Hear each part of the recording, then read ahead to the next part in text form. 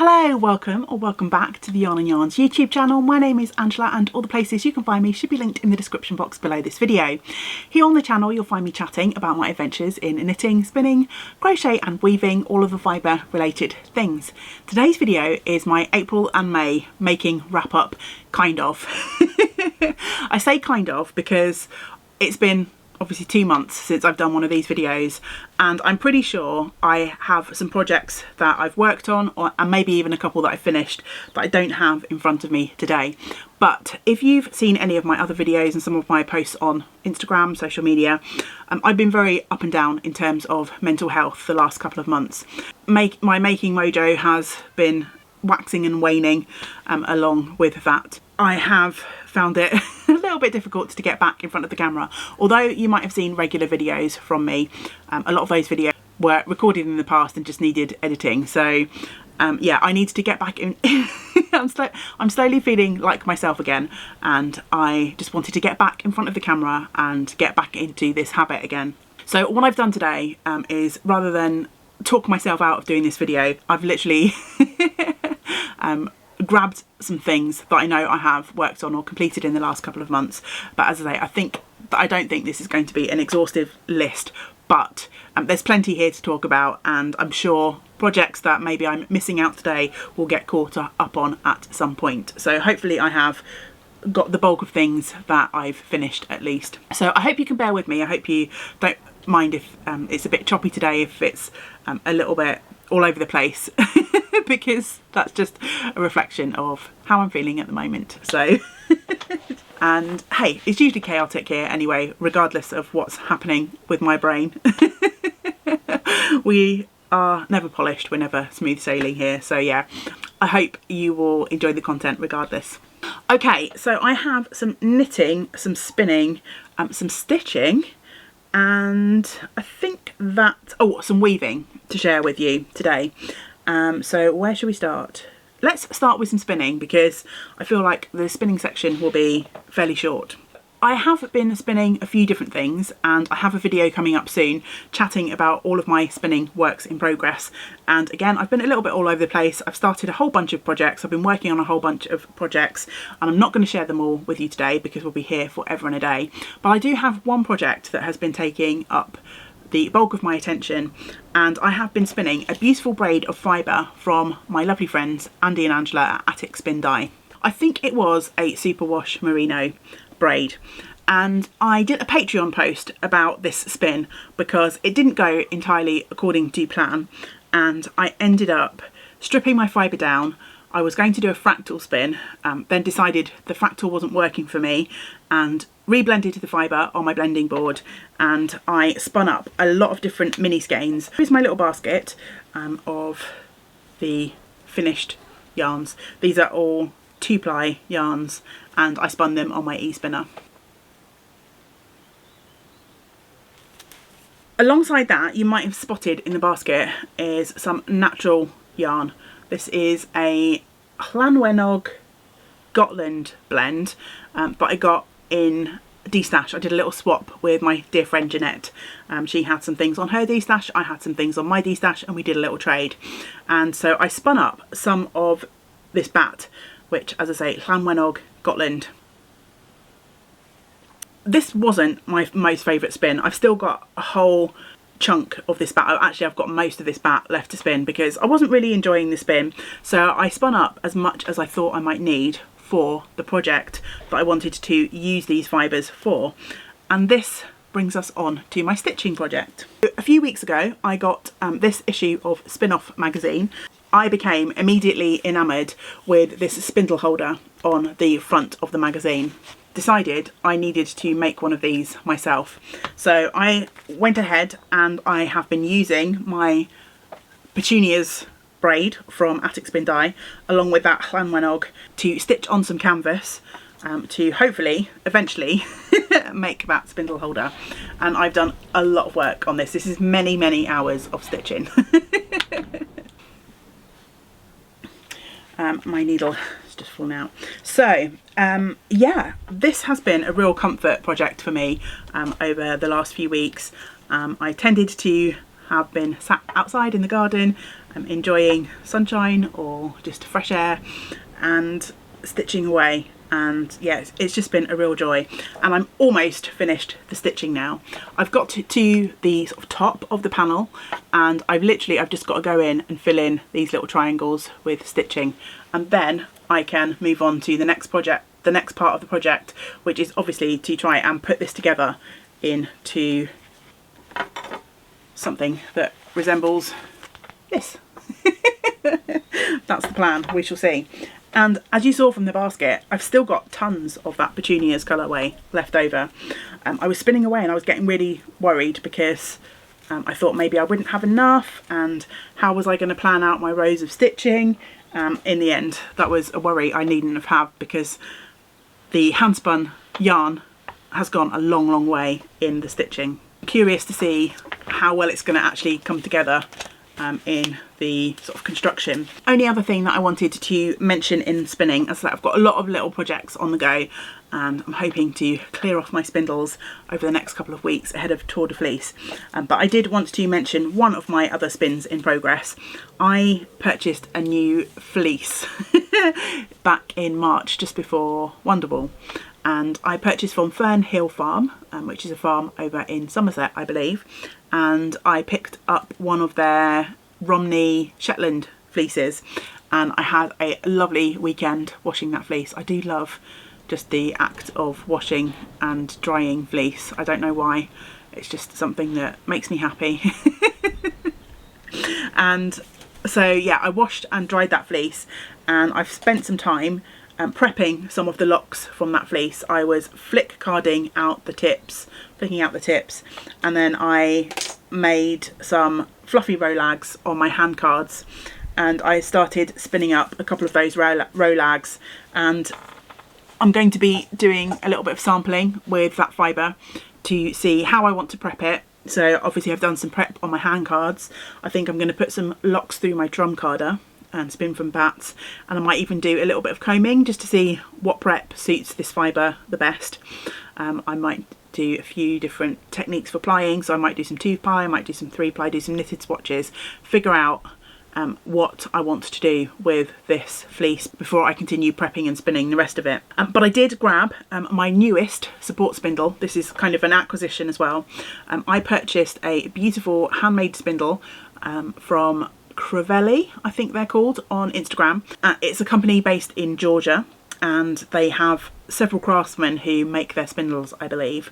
And this is the spindle that I purchased. And so yeah, I grabbed a couple of my rolags and have been giving the spindle a workout and also playing around with this fleece. So yeah, it's been a joy so far, and I'm looking forward to doing a little bit of sampling. Who even am I? Sampling, what's that? But I've got several fleeces now waiting patiently to be prepped and worked on. So yeah, I thought it's high time, rather than just jump in and make whatever yarn and then figure out things from there. I thought I would take a different approach with this fleece and do some sampling and figure out what yarn I want to make before I just jump headfirst into the rest of the process. So that's everything for spinning. Next up is a little bit of weaving. Over one of the bank holidays, I think it was the beginning of May maybe, I'd had this urge, hankering to warp up my loom. It's been a little while since I've done any weaving, and I decided I wanted to have a go at making a cowl on my loom. I think I've seen these variously called V-cowls and hero cowls. Basically you stitch one piece of cloth. Probably not going to explain this very well, but you leave long ends, long warp threads that you then weave back into your project, and it creates a connected V. So you don't have to do any sort of sewing up, you're weaving a joined cowl. I'm following a pattern on weft blown. It took me a little bit longer to warp up the loom than I had planned because I messed things up. Surprise, surprise. It's been a while since I've done any weaving. And then once I got it going, I was really enjoying the process.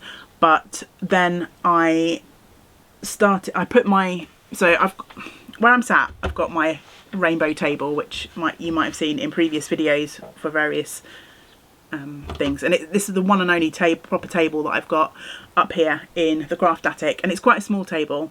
And I took my loom off the table and put my drum carder up here when I was doing one of the Yarn and Yarns fibre clubs, and so the loom's kind of been pushed into a corner and slightly forgotten about. So I need to go back and finish that, but yeah, it shouldn't be too much longer before that project gets finished. And I've got some video of me warping and weaving, so hopefully I would have overlaid that over my chatting so you can see the project.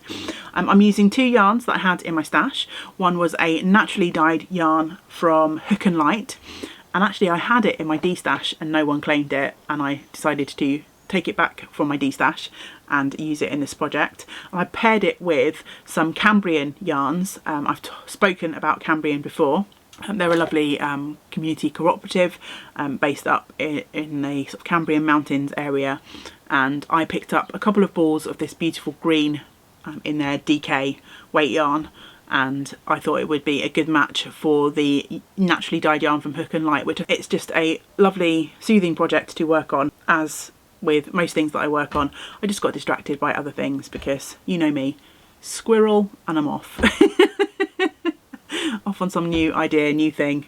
And particularly over the last couple of months where brain has been doing strange things, I find concentrating on any one thing has been particularly difficult over the last few weeks. So yeah, easily distracted. But that is everything for weaving, and hopefully I will have a finished object to share with you. And then of course on to knitting, and I've got quite a few finished objects to share with you. So I've got 2 sweaters to share with you. The first is my test knit that I did way back in December, and I wasn't allowed to share it with you. It was a pattern for the lovely Sylvia What's Cherry. The pattern was released in the last issue of Liner magazine, and it's Sylvia's Funfetti sweater.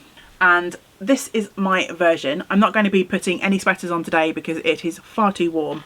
I do have some pictures that I took of me wearing this sweater, so I shall pop those in so you can see what the sweater looks like on. But it's a beautiful 3-colour sweater in sort of the main body, and then there's a 4th colour for contrasting sort of rib for the bottom rib, and then you use one of the colours in your main body to make the neck rib.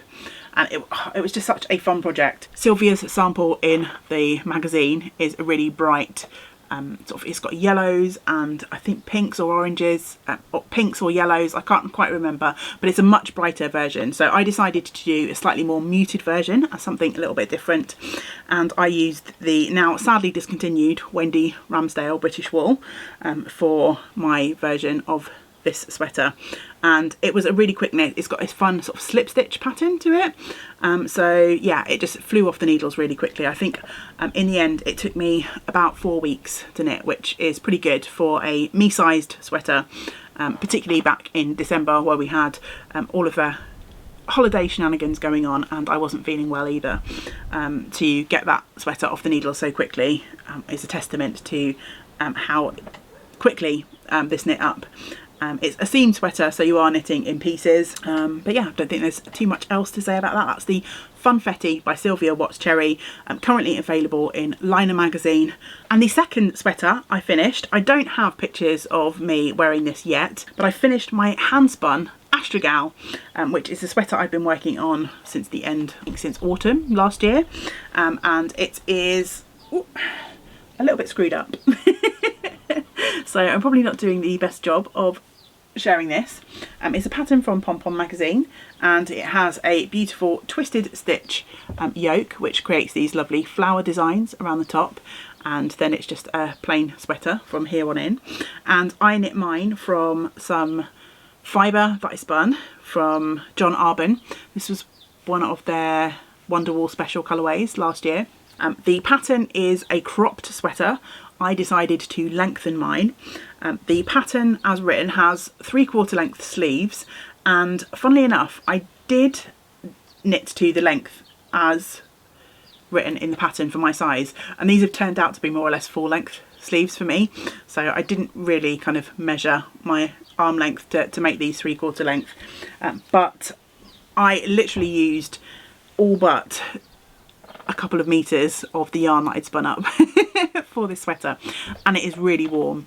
It's if I remember rightly, the blend was something like Exmoor Blueface, Blueface Leicester, Wensleydale and Silk, I think.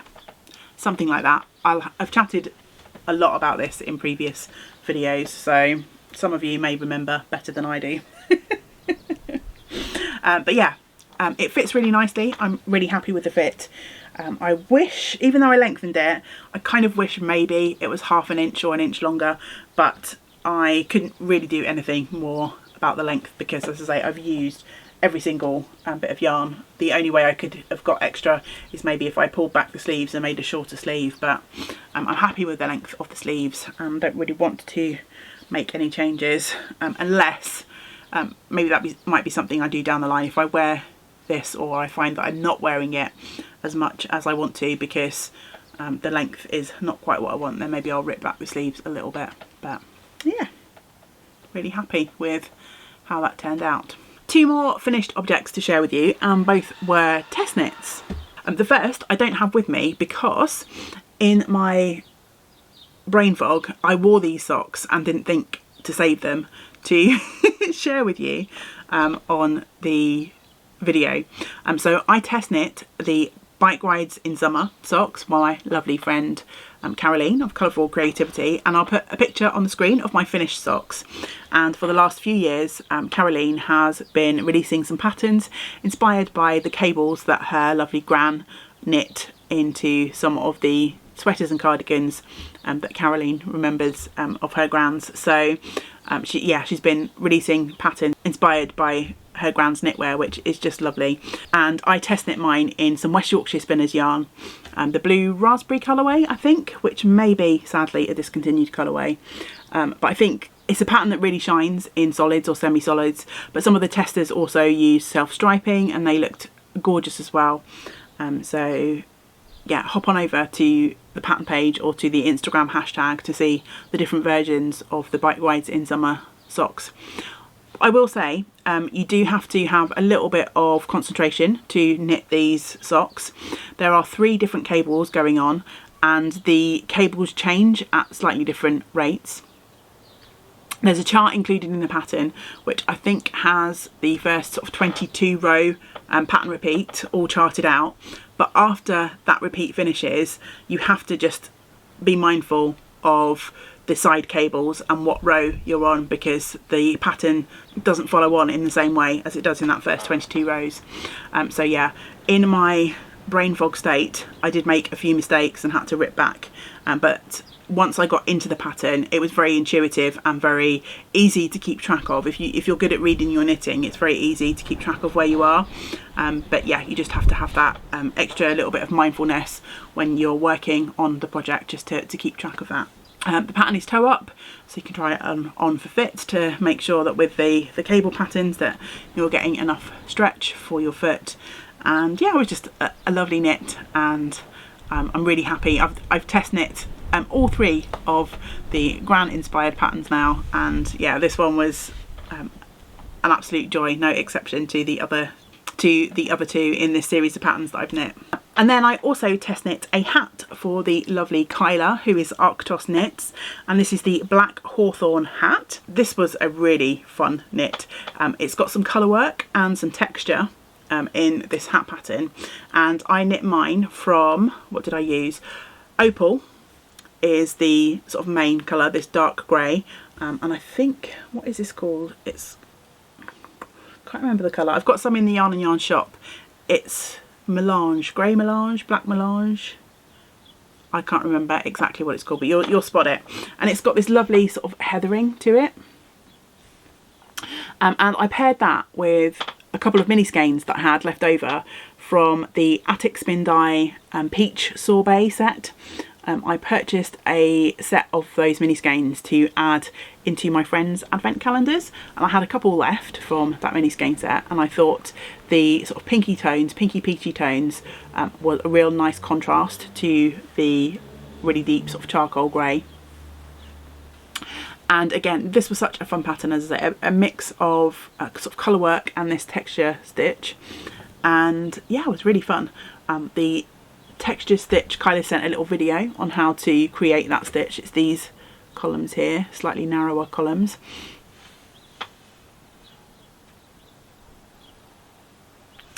So yeah, I think there's a video link included with the pattern to how to make that stitch, and this again came together really quickly.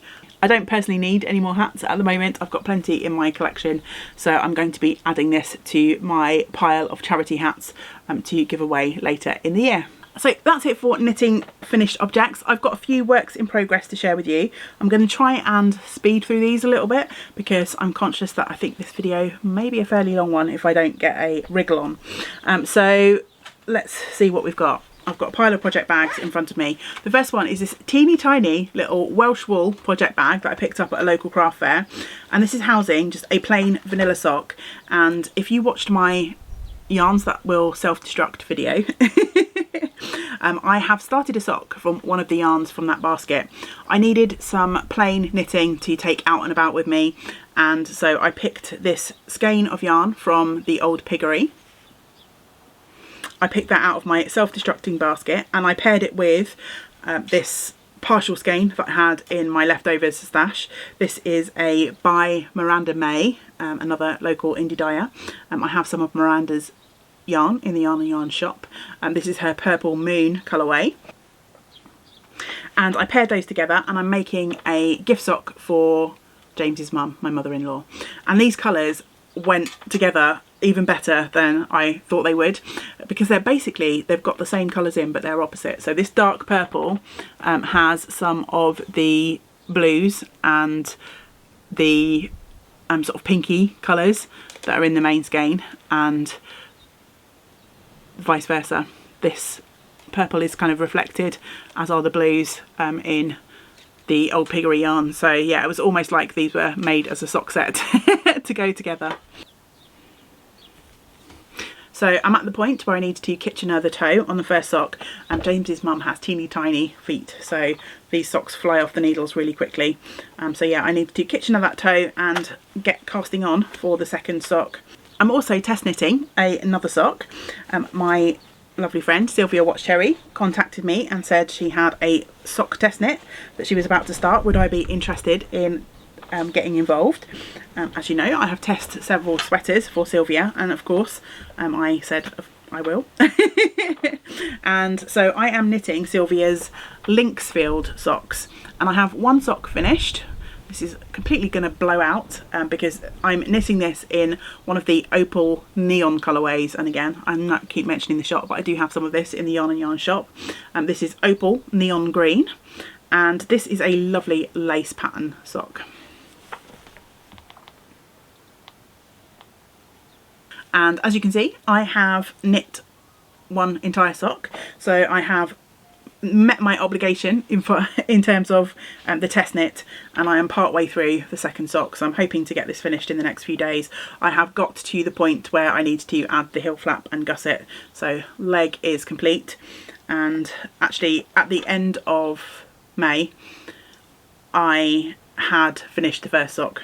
And this is what I've been working on as and when I've had Knitting Mojo over the last couple of weeks. So it's a little bit further on than you would have seen it if I had recorded my wrap up right at the beginning of the month.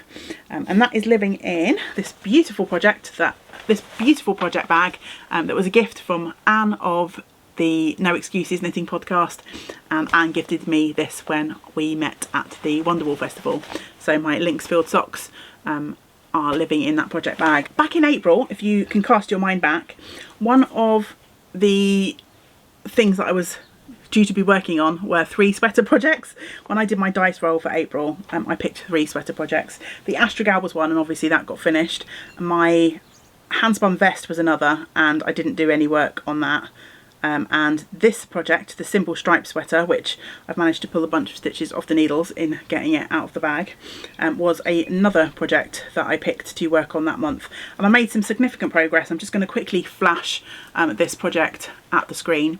This is all natural dyed yarn by Fleece of Flourish Fibres, and I think the last time you saw it, it was up here. This is one of my 12 cast-ons. This was day 12, was up here. So throughout April I managed to knit down all of these stripes, and I've got to the point where I need to split for the sleeves. So yeah, I'm not going to dwell on this too much. I will have an entire vlog coming on this whenever this project gets finished. But yeah, I did make some significant progress on my simple stripes, so I just wanted to quickly wave that at the camera so you can see what's going on with that one. It's a little bit bunched up on the needles, but I've a lot of fun working on this project. It was just what I needed, some simple knitting, slowly increasing for the raglan, and these colours are just absolutely glorious. Love it. And then finally, at the beginning of May, before my brain decided to play tricks on me, I cast on, in the first week of May, I cast on 2 new projects to supposedly keep me company throughout May. And I did manage to work on both of them, but like I say, by the time mid-May rolled around, brain weasels had attacked and knitting mojo went awry, so these projects didn't see as much progress as I had hoped they would. But first I cast on a pair of hand spun socks, and I do have a vlog over on Patreon if you wanted to sign up to help support the content that I make here on the channel. Then my link to Patreon is down below, and I post a couple of videos each month, exclusive content over there, and one of them was my cast on vlog for these 2 projects. So I am knitting one of the projects from a beautiful set of patterns that were kindly gifted to me by my lovely friend Louise, and these are the Misselthwaite Manor socks. It's a pattern series inspired by the Secret Garden, and I'm knitting these in some hand spun, and the fibre was also gifted to me by the lovely Louise, so I decided this was a marriage made in heaven. And yeah, I'm working on this. This is a collection of patterns by Paper Daisy Creations, and this first one has got this lovely texture to it. I converted this, I believe the pattern was for top down, but because I'm working with my hand spun, I wanted to change up the stitch count. My hand spun is a sort of heavy 4-ply sport weight rather than a fingering weight 4-ply yarn that you usually use for socks, so I wanted to just check my gauge. So I decided to do toe up so I could try it on as I went along. So yeah, I'm doing the increases now on the back needle for the gusset for that, which is why I kind of took a little bit of a pause on this sock, because I need to figure out what I'm doing because I've gone a little bit off-piste from the pattern. But I hope to be able to get to those soon, and I am keeping those in a project bag that I made myself a little while ago with a stripy or ginger and white cat on the front. And then the very last project, the very last work in progress, is living in this gorgeous bag that was a gift from Susan. It's got these beautiful gulls on, and some of them have got orange sweaters, and Susan very kindly sent this to me. And this is housing my did my cast on video for this. A couple of people kindly told me how to pronounce it and I've completely forgotten, but it's a pattern by the Berlin Yarn Company, and I bought this as a kit. I was going pretty well on this at the beginning of May, and then like I say, my knitting mojo went a little bit AWOL. So it's this beautiful sort of textured shawl pattern. It's asymmetrical, it's got some bobbles and lace.